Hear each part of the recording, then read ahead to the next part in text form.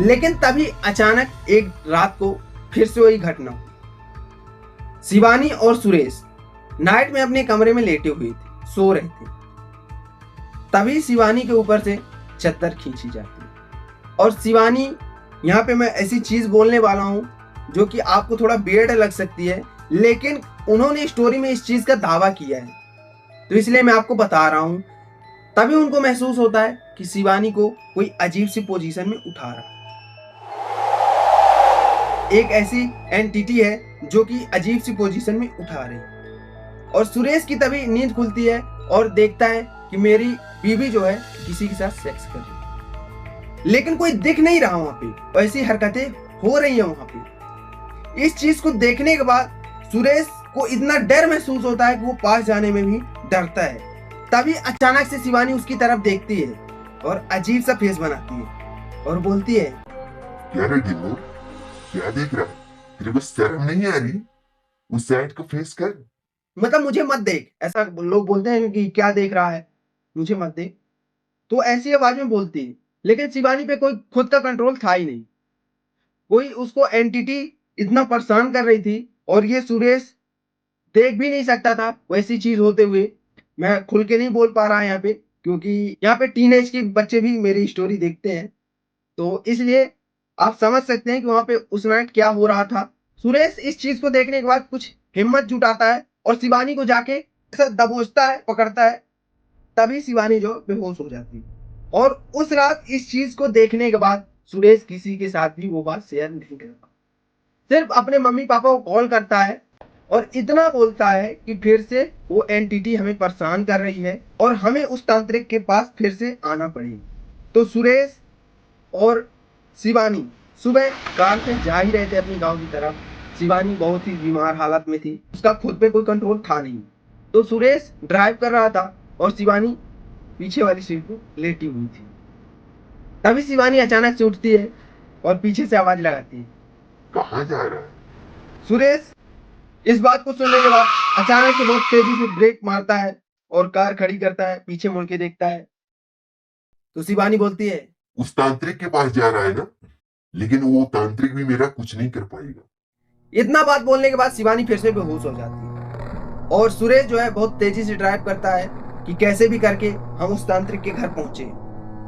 लेकिन जब घर पहुंचते हैं, उसके मम्मी पापा आते हैं वहां पे, तांत्रिक घर में था ही नहीं। जो भी उसके सेवादार होते हैं वो बोलते हैं कि बाबा जी तो आज घर पर नहीं है, कहीं किसी काम से गए हैं, तो आपको यहीं पे रुकना पड़ेगा। तो ये लोग सोचते हैं कि आज की रात कैसे भी करके गुजारते हैं, तो शिवानी को खाट में बांध देते हैं। लेकिन नाइट में अचानक से किसी चीज की आवाज आने लगती है।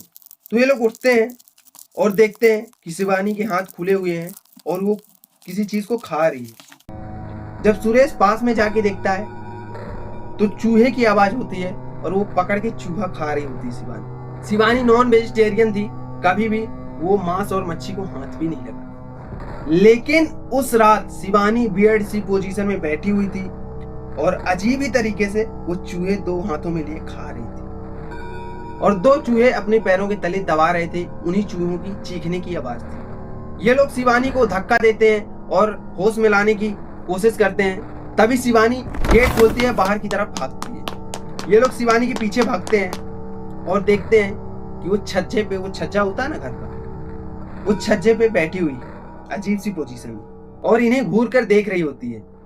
बोलती है, मेरा कुछ नहीं कर पाओगे, ये मेरी है और मैं इसे लेकर जाऊंगा। तभी सुरेश पीछे से जाता है, छज्जे पे चढ़ता है और शिवानी को पीछे से पकड़ता है और तभी शिवानी फिर से बेहोश हो जाती है। मतलब ऐसा था कि जब भी उसे कोई टच करता था या सुरेश पकड़ लेता था, वो एंटिटी उस शरीर को छोड़ देती थी। सुरेश को यह बात पता चल चुकी थी कि ऐसा करने से होता है और सुरेश उसको पकड़ता है और नीचे भी करके कैसे भी लाता है। फिर से वहां पे बैठे थे, सभी लोग देख रहे थे, इस चीज के बारे में बात कर रहे थे। सुबह 3 या 4 बज चुके थे। तभी बाहर से आवाज आती है कि बाबा जी आ चुके हैं। कार की आवाज आती है और बाबा जी निकलते हैं कार से। तांत्रिक जो था निकलता है कार से और देखता है इस चीज को, तो कुछ फिर से वही मंत्र पढ़ता है जो भी तांत्रिक पढ़ता है अपना। ऐसा समझ में नहीं आ रहे थे सब, लेकिन ऐसा लग रहा था कि कोई मंत्र पढ़ रहा है, तो ऐसे पढ़ता है और जो अपने हाथ में जल लिया था वो शिवानी के ऊपर डालता है तो शिवानी जो है उसमें आ जाती है और बोलता है कि ये चीज बहुत ही खतरनाक है, ये जो खबीस है ये बहुत ही खतरनाक है और ये बहुत ही घिनौना खबीस है। अब खबीस के बारे में मैं बता दूं, खबीस भी कई तरीके के होते हैं। खबीस तो बेसिकली पुराने पेड़ों में रहते हैं और खासकर इमली के पेड़ों में। ये जो खबीस होता है ये बहुत ही घिनौना खबीस था और ये कुछ भी कर सकता था। ये सुरेश देख ही चुका था। तो तांत्रिक बोलता है कि इसको वो लेके ही जाएगा खबीस, मेरे पास इसका कोई सोल्यूशन नहीं। अपनी जो भी ध्यान शक्ति थी उससे ध्यान करके देखता है और बोलता है कि ये लेके ही जाएगा खबीस इसको, इसका मेरे पास कोई उपाय ही नहीं। ये लोग बहुत ही हाथ जोड़ते हैं, बोलते हैं कुछ भी कैसे भी करके मेरी बहू को बचा लीजिए बाबा। और सुरेश बोलता है कि मेरी अभी नई नई शादी हुई है, हम लोग बहुत ही प्यार करते हैं, कैसे भी करके इस खबीस को भगाइए। तो बाबा जी बहुत ध्यान करते हैं, देखते हैं और एक उपाय बताते हैं। बोलते हैं कि इसका उतारा करना होगा। ऐसे जो भी गांव घर में जो भी गांव घर से बिलोंग करते होंगे इस चीज को जानते होंगे कि तांत्रिक ज्यादातर उतारा ही करते हैं, कि मतलब जहां से आता है उसको बुलाते हैं, जो भी चीज होती है एंटिटी उसको बुलाते हैं और उसकी जो भी मनपसंद चीजें होती हैं वो चीज उसको प्रोवाइड की जाती हैं, दिलाई जाती हैं और वो चीज को लेके वहां से चला जाता है। यहाँ पे ज्यादातर लोग बलि वगैरह भी देते हैं इस चीज को लेके। तो तांत्रिक बोलता है कि इसका उतारा करना होगा और उतारा करते समय 2 लोगों के अलावा कोई नहीं होना चाहिए। तो ये लोग बोलते हैं कि हम अकेले कैसे छोड़ सकते हैं, क्योंकि सुरेश इस बात को जानता था कि जो मेरे सामने ऐसी हरकतें कर सकता है, करवा सकता है वो एंटिटी, तो मैं अकेले बाबा के सामने कैसे छोड़ दूं अपनी पत्नी को। और उसकी सास भी सोचती है कि हम अपनी बहू को अकेले नहीं छोड़ सकते। तांत्रिक बोलता हो गया तो इसके अलावा कोई उपाय ही नहीं है, क्योंकि अगर मैं वहां पे तुम लोगों को रखता हूं तो मैं अपनी गारंटी तो लेता हूं और इसकी लेता हूं कि मैं अपने मंत्रों से बचा सकता हूं, लेकिन वहां पे जो लोग मौजूद होंगे क्या पता खबीस उनके ऊपर आके हावी हो सकता है या फिर कुछ भी नुकसान कर सकता है, मुझे बहका सकता है, मुझे गुमराह कर सकता है। इस चीज को लेके ये लोग बहुत सोचते हैं और फिर जो है शिवानू को छोड़ के वहां से घर की ओर जाने लगते हैं। और उसी दिन बाबा उसका उतारा करने वाला था। तो जब ये जा रहे थे घर की ओर, सुरेश और उसके मम्मी पापा कार में बैठ के घर की ओर जा रहे थे, तो सुरेश के कान में हल्की आवाज आती है, मत छोड़। तो वो सोचता है कि कोई मुझे भ्रम हुआ होगा। थोड़ी देर आगे चलने के बाद फिर से आवाज आती है कि मत छोड़ उसे, मारी जाएगी। उसे ऐसी आवाज आती है कि मत छोड़, मारी जाएगी, वापस जा, ले आ, मत छोड़। और ये बात मम्मी पापा को अपने बताता है। तो उसके मम्मी पापा बोलते हैं शायद वो खबीस कर रहा हो ऐसा कि जो है वो एंटिटी शिवानी को छोड़ के न जाए और किसी दूसरे शरीर में आकर वहां पे कुछ ऐसी हरकत करे। तो सुरेश सोचता है कि ऐसा हो सकता है। लेकिन जब ये सुरेश नाइट में घर में बैठा होता है, सोच ही रहा था कि आज क्या होगा, ठीक होगी या फिर नहीं होगी मेरी पत्नी, तभी बहुत तेज से उसको कोई थप्पड़ लगाता है। वो कोई दिख नहीं रहा, वो ऐसी एंटिटी है कुछ दिख नहीं रहा है और बहुत तेज से थप्पड़ लगाती है और आवाज आती है कि मैं तुझे बोल रहा हूं कि मत छोड़, मारी जाएगी, वापस जा। तो इस बात को सुनने के बाद सुरेश तुरंत अपनी कार उठाता है और चलता है उसी तांत्रिक के घर की ओर और जाता है और गेट पीटता है, लेकिन गेट कोई ओपन नहीं करता। और सुरेश के अंदर पता नहीं ऐसी कौन सी शक्ति आती है कि गेट पे जोर से हाथ मारता है तो गेट की कुंडी जो है टूट जाती है। तभी सामने जो वो नजारा देखता है सुरेश, उसके होश उड़ जाते हैं। तांत्रिक बिना कपड़ों के सामने खड़ा होता है और खाट पे शिवानी लेटी हुई होती है बेहोश, वो भी न्यूड पूरे तरीके से।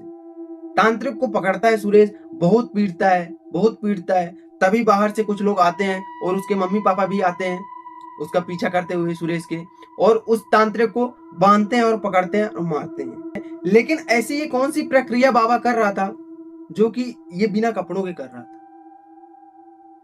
ये लोग बांधते हैं तांत्रिक को और पूछते हैं, लेकिन तांत्रिक कुछ बता नहीं रहा था। तभी सुरेश गुस्से में कैंची लेके बाजू में बैठता है और उसको बोलता है कि अगर तू आज नहीं बताएगा कि तू क्या कर रहा था तो मैं तेरी जबान काट दूंगा।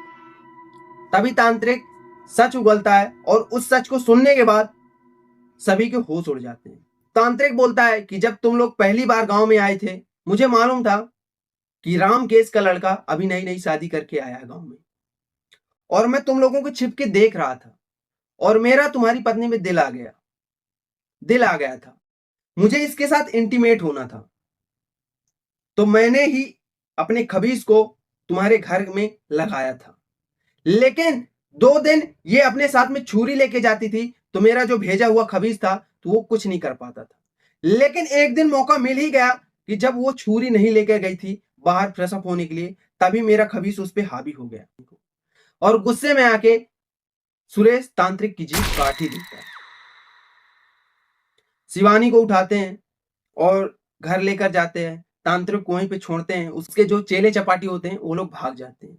मैं आप लोगों को यहाँ पे ये बताना चाहता हूं कि ये जो शिवानी के साथ हुआ वो आप लोगों के भी किसी के साथ हो सकता है, क्योंकि आज इतना बाबाओं का प्रचार चल रहा है, तांत्रिकों पे आज लोग अंधविश्वास में की तरफ बढ़ावा दे रहे हैं, अंधविश्वास की तरफ भागते हैं। किसी के साथ भी कोई भी हरकत होती है, बीमारी होती है, वो लेके बाबा के पास भी भागता है। लेकिन ये लोग जितने भी बाबा हैं, मैं सभी बाबाओं के खिलाफ नहीं हूं, लेकिन ये जो बाबा हैं ये लोग ऐसी ही हरकत करते हैं, खासकर तांत्रिक लोग। तो यहां पर इस चीज को बढ़ावा ना दें। ये लोग घर जाते हैं, अब सुरेश और शिवानी उसकी मम्मी पापा घर जाते हैं, तभी जो उसके घर का पंडा होता है, वो जो कुल देवता होते हैं ना, तो वो पंडा होता है, वो एंटिटी एक होती है, गांव घर के लोग जानते होंगे।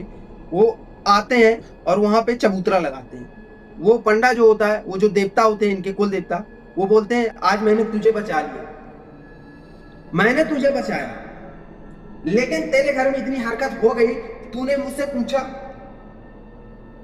उनके घर के जो देवता थे इनसे गुस्सा हो गए थे, क्योंकि इनके साथ ऐसी हरकत हुई, इनके पास कोई ऐसी एंटिटी आई, लेकिन ये कुल देवता से अपने एक बार भी सलाह नहीं ली। ये लोग डायरेक्ट तांत्रिक को ढूंढने लग गए, यहां वहां बाहर दिखाने लग गए।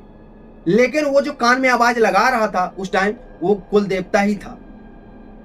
इसलिए अपने कुल देवता को बढ़ावा दें और अपने ही घर के देवताओं को पूजें। जो आज गांव घर के लोग शहर जाके रहते हैं, वो लोग बोलते हैं कि ये सब झूठी बातें होती है, ऐसा नहीं है। जब मैंने इस स्टोरी को सुना था तो मेरे भी रोंगटे खड़े हो रहे थे कि ऐसा कैसा हो सकता है। लेकिन उसके बाद वो कुल देवता बताते हैं कि उस तांत्रिक का मकसद था, वो जो खबीज था, उस खबीज को और शक्तिशाली करना।